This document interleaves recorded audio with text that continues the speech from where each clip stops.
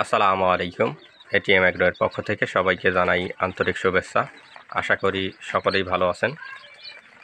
Viewers, এটা হচ্ছে দেশি মুরগির বাচ্চা ব্রুডিং করতেছি। এর আগেও আমি 200 বাচ্চা উঠাইছিলাম। তো সেটাতে বেশ কিছু ভুল ত্রুটি থাকার কারণে লাভ আসছে, কিন্তু বেশি একটা লাভ করতে পারি নাই।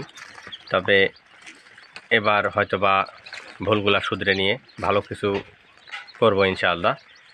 তো আপনি যদি দেশি মুরগি পালন সম্পর্কে জানতে চান তাহলে চ্যানেলটি সাবস্ক্রাইব করে পাশে থাকবেন, কারণ আমি আমার এই চ্যানেলে 75 দিন পর্যন্ত এই মুরগির আমি কী কী খাবার দিই, কীভাবে লালন পালন করি, এটা যেহেতু আমি মাংসের জন্য করব, তো 75 দিন পর্যন্ত লালন পালন করব।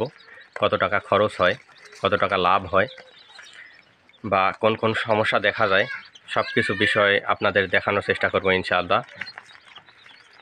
ভিউয়ার্স, আমি এখন ব্রুডিং অবস্থায় যে ওষুধগুলো চালাচ্ছি সেগুলো আপনাদের দেখাই।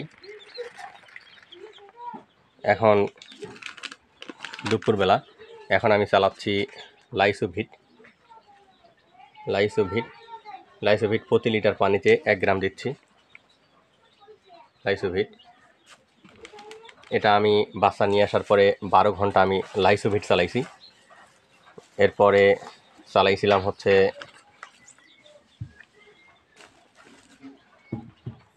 রেনা পিএইচ, যেটা পানি পরিষ্কারক হিসাবে কাজ করে, রেনা পিএইচ। এরপর আছে 2+, গ্যাসের সমস্যার কারণে হজম শক্তি বাড়ায়, এটা 2+, গ্যাসের সমস্যায় কাজ করে। এরপরে আছে অ্যান্ড্রোসিন, অ্যান্টিবায়োটিক অ্যান্ড্রোসিন। এটা সকালবেলা আমি চালাইছি প্রতি লিটার পানিতে 1 মিলি করে। এরপরে এখানে আছে আমার থায়াবিন। 2 দিন পর থেকে আমি থায়াবিন চালাবো লাইসোভিটের সাথে। দুপুরবেলা দেব থায়াবিন থাকবে হচ্ছে প্রতি লিটার পানিতে 1 গ্রাম দিব। এরপর যদি পরবর্তীতে সমস্যা দেখা যায়, ব্রুডিং অবস্থায় বেশ কিছু সমস্যা দেখা যায়, তার মধ্যে একটা হচ্ছে পাছায় পায়খানা লেপটে থাকে। তো এটা হওয়ার মূল কারণ হচ্ছে এই যে এখন দেখেন ভিউয়ার্স, এদেরকে আমি খাবার পাত্রে দিয়ে রাখছি, কিন্তু এখান থেকে এরা তেমন একটা খায় না, যার কারণে কিছু খাবার ওই যে পেপারের উপরে ছিটিয়ে দেওয়া লাগে।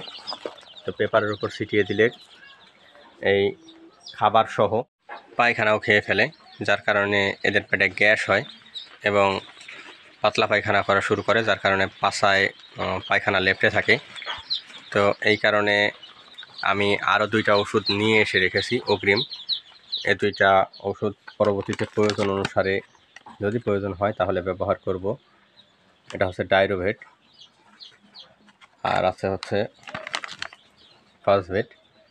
এই 2টা ওষুধ প্রয়োজন অনুসারে ব্যবহার করব ভিউয়ার্স। এছাড়া আমি এখানে 200 ওয়াটের বাল্ব দিয়েছি, 200 ওয়াট। এছাড়া এর সাথে আছে হচ্ছে অটো রাইস মিলের তুষ। এটা কিন্তু বাড়ির তুষ নয়, বাড়িতে ধানের যে চাউলের যে তুষ বের হয় সেটা নয়, এটা হচ্ছে অটো রাইস মিলের তুষ।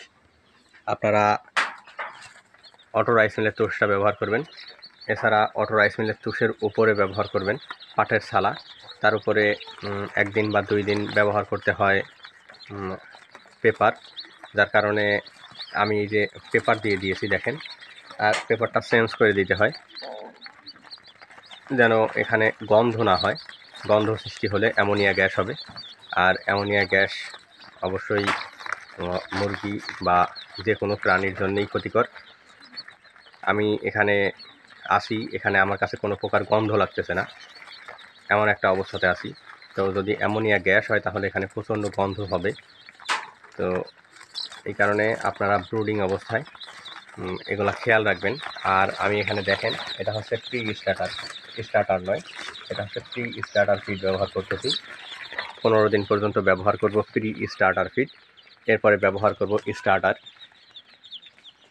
স্টার্টারের পরে তারপরে আমি ব্যবহার করব, যেহেতু মাংসের জন্যে মুরগিগুলো পালন করব।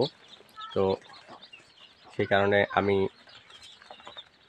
25 থেকে 30 দিন পর থেকে ব্যবহার করব গ্রোয়ার ফিড।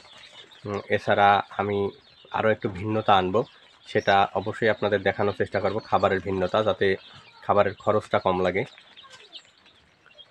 তো ভিউয়ার্স, আপনারা দেখতে পাচ্ছেন বাচ্চাগুলো ঘুমাচ্ছে। আপনারা ভাববেন না যে বাচ্চাগুলো অসুস্থ, বাচ্চাগুলো ঘুমাচ্ছে। অবশ্যই আপনাদের দেশি মুরগি পালনের আপডেট জানাবো ইনশাআল্লাহ। আসসালামু আলাইকুম।